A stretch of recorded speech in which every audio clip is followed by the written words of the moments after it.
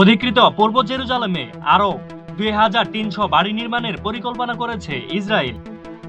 চলুন এবার বিস্তারিত জানা যাক। অধিকৃত পূর্ব জেরুজালেমের দক্ষিণ পশ্চিমাঞ্চলে ফিলিস্তিনি জমিতে গড়ে ওঠা অবৈধ গিলো বসতি আরো বড় করার জন্য ইসরায়েলি কর্তৃপক্ষ ২৩০০টি নতুন বাড়ি নির্মাণের পরিকল্পনা করেছে। জেরুজালেমের বিষয়াবলী নিয়ে কাজ করা ইসরায়েলের একটি অলাভজনক সংস্থা ইর আমিম গতকাল বুধবার এই তথ্য জানিয়েছেন। খবরটি প্রকাশ করেছেন তুরস্কের রাষ্ট্রীয় সংবাদ মাধ্যম আনাদোলু।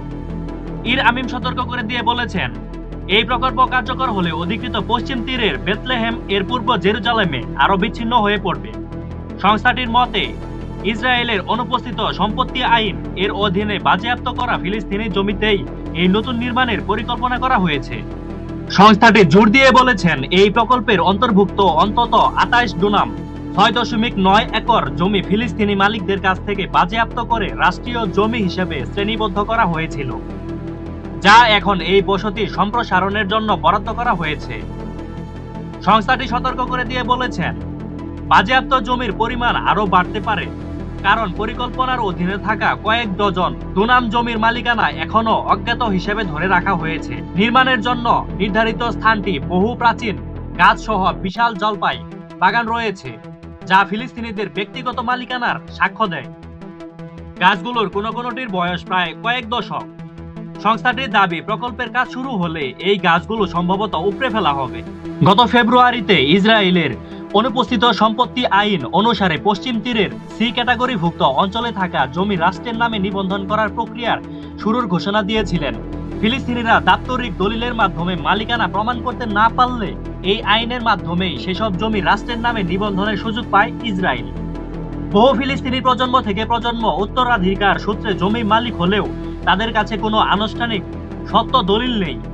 বিশেষ করে ১৯৬৬ সালের ইসরায়েলে পশ্চিম তীর দখল করার পর অটোমান, ব্রিটিশ ম্যাগনেট ও জর্ডানীয় প্রশাসনের আমল থেকে চলে আসা জমি নিবন্ধনের নিয়ম স্থগিত করে দেয়। উপনিবেশিক ও দেয়াল প্রতিরোধ কমিশন এর আন্তর্জাতিক আইন বিভাগের প্রধান হাসান ব্রেমব্রিজ এর আগে আনাদোলুকে বলেছিলেন, এই পদক্ষেপটি প্রকৃতপক্ষে ফিলিস্তিনির জমি খাস করা এবং রাষ্ট্রের নামে তা নিবন্ধন করার একটি কৌশল, যা পরবর্তীতে ইসরায়েলি দখলদারের হাতে তুলে দেওয়ার পথ তৈরি করবে। তিনি হুঁশিয়ারি দেন, এটি পশ্চিম তীরের অনিবন্ধিত বিশাল এলাকার জমিকে ঝুঁকির মুখে ফেলছে। জুন মাসের শেষের দিকে ইসরায়েলের অর্থমন্ত্রী বেজালেল স্মোটরিচ পশ্চিম তীরের বসতি নির্মাণ ত্বরান্বিত করার ঘোষণা দেন। তিনি উল্লেখ করেন, তার সরকার ইতিমধ্যে ১৬০টি ফান্ড তৈরি করেছেন এবং ১০০টিরও বেশি নতুন বসতি স্থাপনের অনুমোদন দিয়েছেন। জাতিসংঘ সহ বিশ্বের অধিকাংশ দেশ অধিকৃত ফিলিস্তিনি ভূখণ্ড ইসরায়েলি বসতি নির্মাণকে আন্তর্জাতিক আইনের অধীনে অবৈধ মনে করেন। তাদের মতে এটি রাষ্ট্রভিত্তিক সমাধানের সম্ভাবনাকে ক্ষতিগ্রস্ত করছে। ইসরায়েলের পিস নাও আন্দোলনের হিসাব অনুযায়ী পশ্চিম তীরে প্রায় ৫ লক্ষ বসতির স্থাপনকারী বাস করছেন। এছাড়া পূর্ব জেরুজালেমে বিভিন্ন বসতিতে রয়েছে আরও প্রায় ২.৫ লক্ষ ইসরায়েলি। ফিলিস্তিনিরা বলছেন, এইসব প্রকল্প মূলত একটি দ্রুতগামী ইসরায়েলি নীতিমালার অংশ, যার মূল লক্ষ্য বসতি বাড়ানো, জমি দখল করা এবং ভূমির নিজেদের আধিপত্য জোর করে চাপিয়ে দেওয়া।